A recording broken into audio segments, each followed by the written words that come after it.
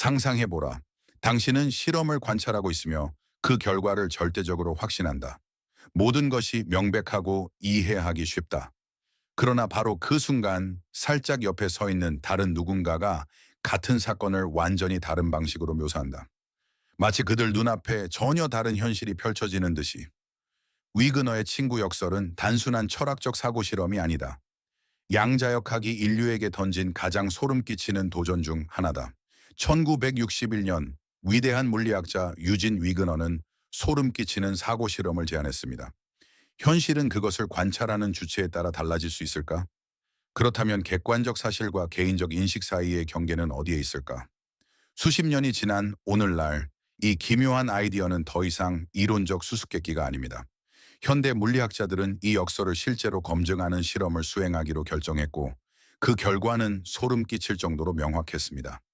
우리가 객관적 현실이라 부르는 것은 관찰 행위 자체가 만들어낸 환상에 불과할지도 모른다. 하지만 모두에게 동일하게 적용되는 사실이 존재하지 않는다면 그런 세상에서 우리는 누구인가? 환상적 이미지에 매달린 존재인가? 아니면 자신도 모르게 한 번의 시선으로 우주의 구조를 짜는 자신만의 현실을 창조하는 존재인가? 현실에 도전할 준비가 되었다면 좋아요를 눌러주세요. 구독하고 알림을 켜서 우리의 여정에 동참하세요.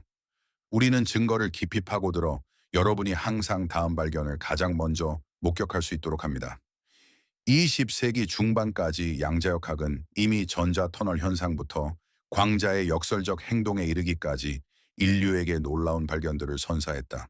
그러나 과학자들이 그 기초를 더 깊이 이해하려 할수록 그들은 더욱 소름 끼치는 질문들에 직면하게 되었다. 그 중 하나는 정확히 무엇이 양자 시스템으로 하여금 그 상태 중 하나를 선택하게 하고 우리가 익숙한 사실의 세계의 모습을 드러내게 하는가 였습니다. 뛰어난 이론 물리학자이자 노벨상 수상자인 유진 위그너는 급진적인 가설을 제안했습니다. 1961년 그의 유명한 논문에서 그는 파동 함수의 붕괴가 오직 의식이 개입할 때만 일어난다는 생각을 표현했습니다. 이는 무엇을 의미했을까요? 양자 물리학에서 입자들은 측정 전 소위 중첩 상태에 존재합니다. 여러 가능한 상태에 동시에 존재한다. 그러나 관측되면 하나의 상태를 선택한다. 위그너 이전에는 관측자의 역할을 장치 자체가 수행한다고 믿어졌다.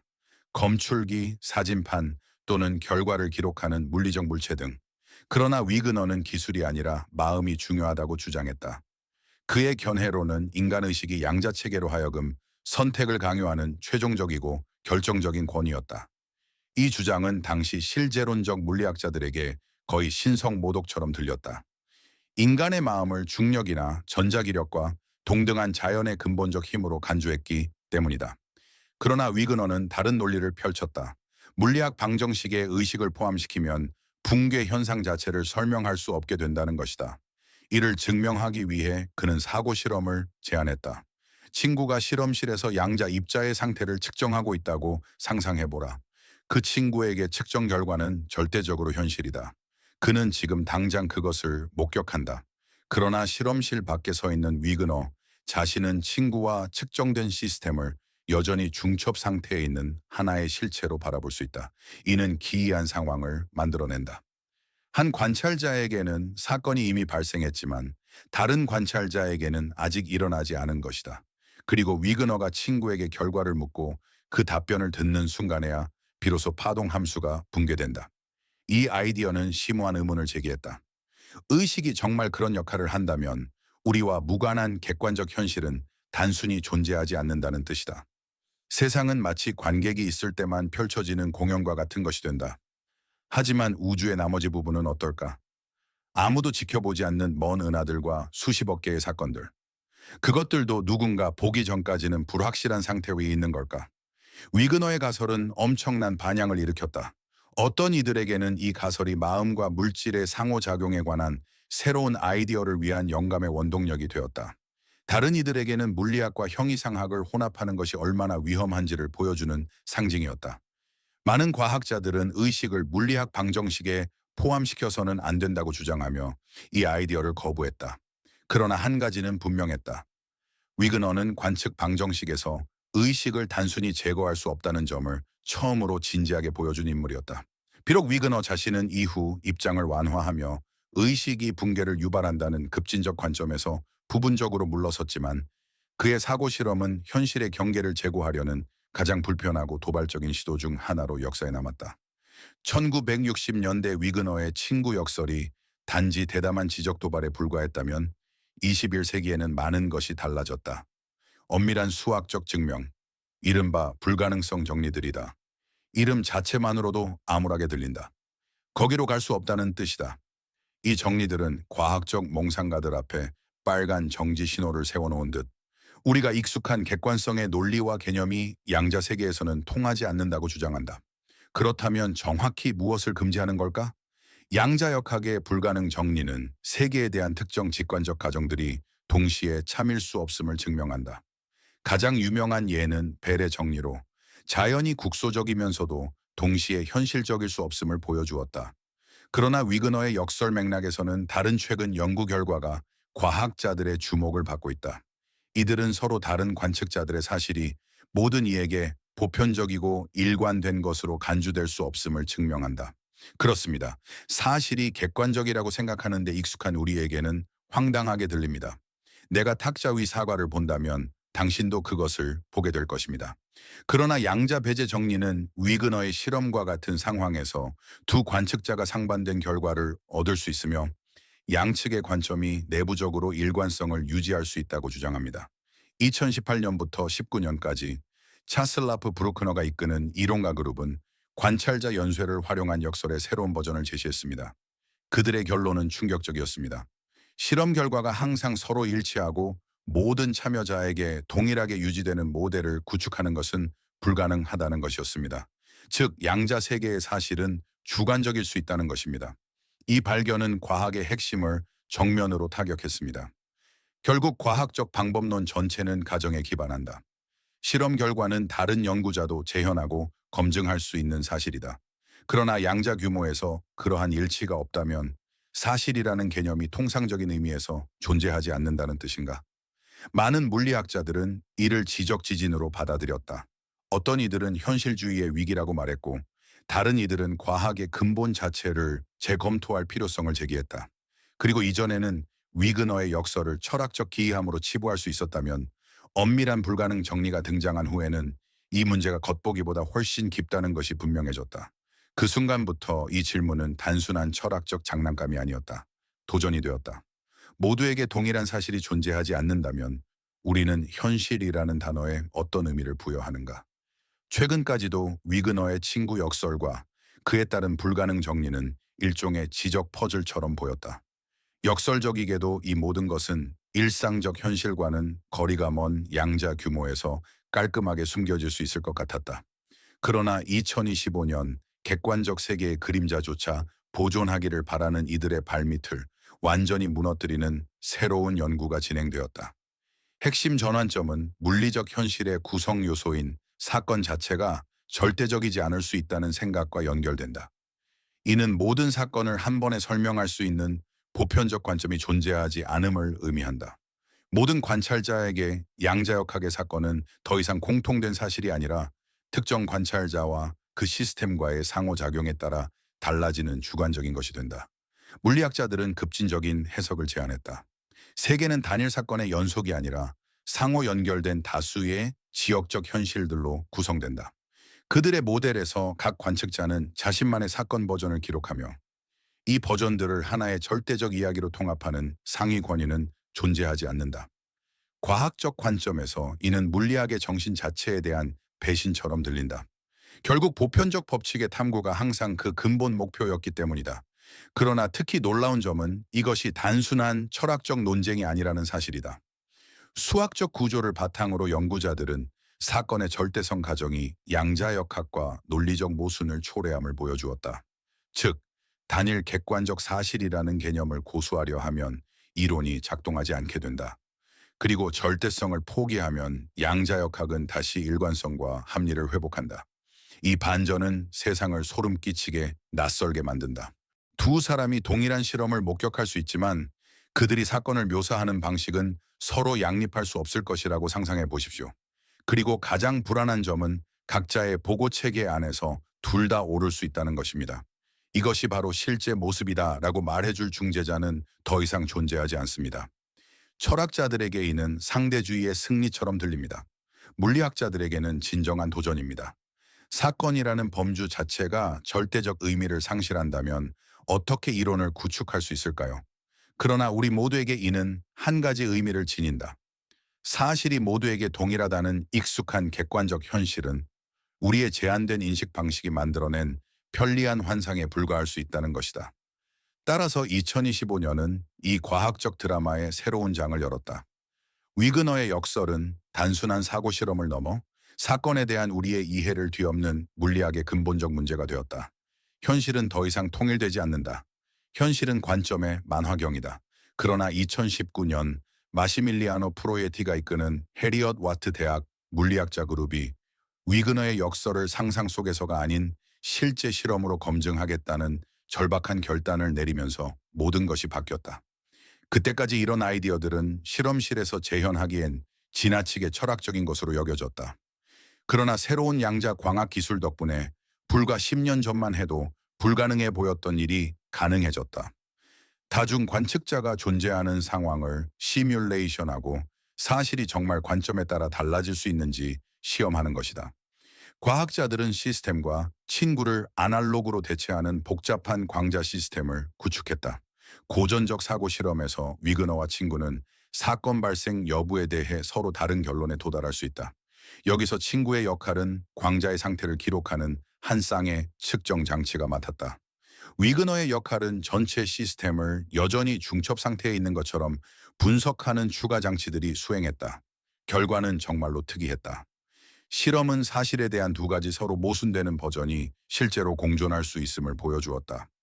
특정 조건 해서 측정 장치는 광자의 특정 상태를 기록했다. 즉 사건이 발생한 것처럼 보였지만 외부 관찰자에게는 전체 시스템이 사건이 아직 발생하지 않은 중첩 상태로 남아 있었다. 두 버전이 모두 내부적으로 일관성을 유지했으며 동시에 존재했다. 이 발견은 진정한 센세이션이었다. 결국 이것이 사실이라면 익숙한 객관적 사실 개념이 무너지는 것이다. 우리는 더 이상 사건이 모든 관찰자에게 동일하게 일어났다고 말할 수 없다. 현실은 만화경처럼 다층적이고 주관적이 되어 각 관점이 고유한 그림을 형성한다. 과학 철학자들은 즉시 이 실험이 객관적 실제에 관해 박힌 첫 못이라고 논하기 시작했다. 그러나 물리학자들은 의견이 분분했다. 일부는 이 결과를 양자역학의 가장 대담한 해석을 확인하는 경고 신호로 받아들였다. 다른 이들은 신중을 촉구했다. 아마도 이 실험은 우주의 근본 원리보다는 특정 모델의 특수성을 반영한 것일 수 있다. 그럼에도 위그너의 역설이 순수한 추상적 사고에서 벗어나 실험실 결과로 확인된 사실 자체가 전환점이 되었다. 물리학자들은 처음으로 현실과 의식에 관한 철학적 질문들을 무시할 수 없다는 사실과 마주하게 되었다. 이제 이는 실험적으로 검증 가능한 진술이 되었다. 그리고 아무리 합리적인 설명을 찾으려 애써도 결론은 소름 끼칠 정도로 단순하다.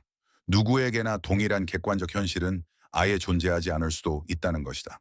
지금까지 우리는 위그너의 역설을 마치 물리학 외부의 위협인 양이야기해왔다. 그러나 사실 문제의 핵심은 양자 이론의 구조 자체에 있다. 최근 연구자들은 이 숨겨진 한계를 강조하기 위해 제한 restriction이라는 특수한 개념을 도입했다. 건조하고 학문적으로 들리지만 그 이면에는 현실의 본질에 관한 가장 불안한 생각 중 하나가 자리 잡고 있다. 이게 무슨 뜻일까?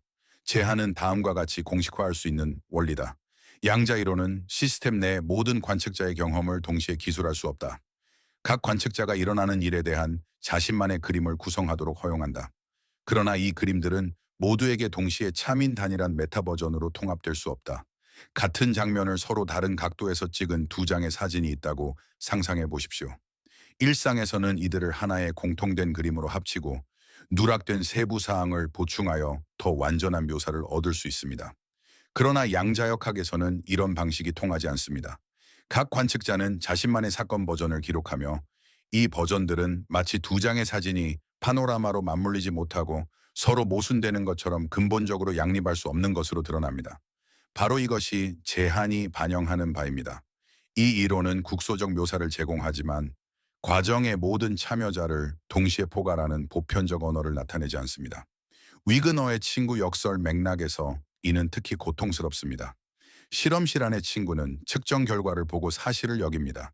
그러나 실험실 밖에 있는 위그너는 전체 실험실을 중첩 상태로 묘사한다. 그의 그림 속에는 아직 사실이 존재하지 않는다. 이 두 묘사를 하나의 일관된 이야기로 결합하려는 시도는 벽에 부딪히는 것과 같다. 여기서 과학은 두려운 결론에 직면한다. 아마도 현실의 구조 자체가 단일한 객관적 묘사를 허용하지 않을지도 모른다. 오직 수많은 부분적 주관적 관점만이 존재하며 각각은 스스로에게 닫혀 있다. 철학자들은 이를 거의 포스트모던적인 반전으로 본다. 현실은 단일한 사실의 대륙이 아닌 관점들의 군도 쿤다오가 된다. 그러나 물리학자들에게 이는 양자 이론 자체의 힘에 대한 제안처럼 들린다. 우리는 모든 것을 한꺼번에 포괄하는 신과 같은 관점을 구축할 수 없다. 이 제한은 과학의 구조에 내재된 숨겨진 장벽과 같아서 많은 것을 이해할 수는 있지만 한꺼번에 모든 것을 이해할 수는 없다고 말한다. 우주는 그 전체를 보여주려 하지 않는다. 위그너 역설에 대해 들으면 이런 모순은 오직 양자 물리학의 기이한 특성에서만 가능하다고 말하며 모든 것을 그 탓으로 돌리기 쉽다. 그러나 더 깊이 파고들면 비슷한 함정이 평범한 고전적 세계에서도 발생한다는 사실이 드러난다. 중첩 상태나 얽힌 입자가 필요하지 않다. 단지 제한된 정보와 서로 다른 관점만 있으면 된다. 한 상황을 상상해보자. 방 안에 편지 한 통이 있다. 봉투를 연 사람은 내용을 보고 그 사실이 확실하다고 확신한다. 하지만 밖에서는 다른 사람이 그 편지가 아직 열리지 않았다는 사실만 알고 있으며 그들에게는 편지 내용에 대한 여러 가지 가능한 버전이 존재한다. 한 관찰자에게는 사실이 이미 존재하지만 다른 관찰자에게는 아직 결정되지 않은 상태다. 그리고 우리가 이 두 세계상을 결합하려 시도하기 전까지는 양쪽 모두의 세계관이 진실이다. 결합하는 순간 균열이 생깁니다. 결국 한쪽은 현실을 완전한 것으로 다른 쪽은 불완전한 것으로 보기 때문입니다. 이는 것이 세계의 물리학에서 더욱 뚜렷합니다. 일기예보를 생각해 봅시다. 기상학자에게 미래의 날씨는 항상 확률의 집합으로 정의됩니다.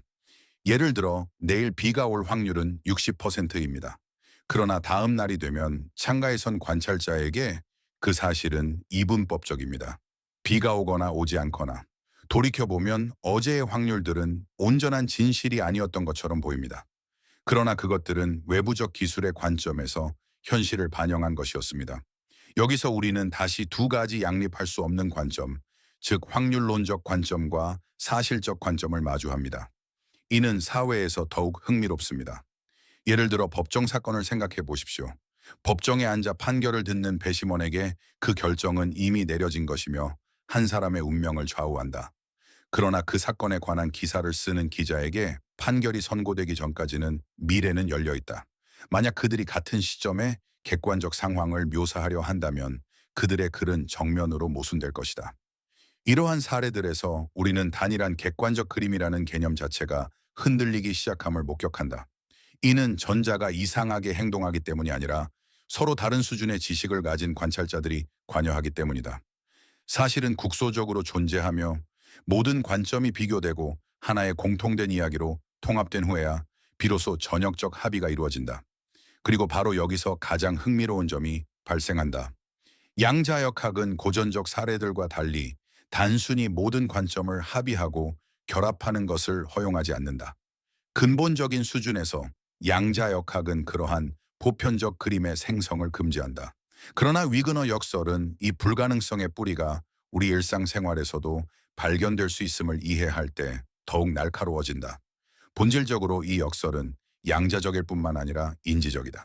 그것은 우리가 현실의 이미지를 바라보는 방식 속에서 우리 마음속에 존재한다. 이는 양자 물리학이 단순히 우리와 항상 함께 온 사고의 한계를 부각시켰을 뿐일 수 있음을 의미한다.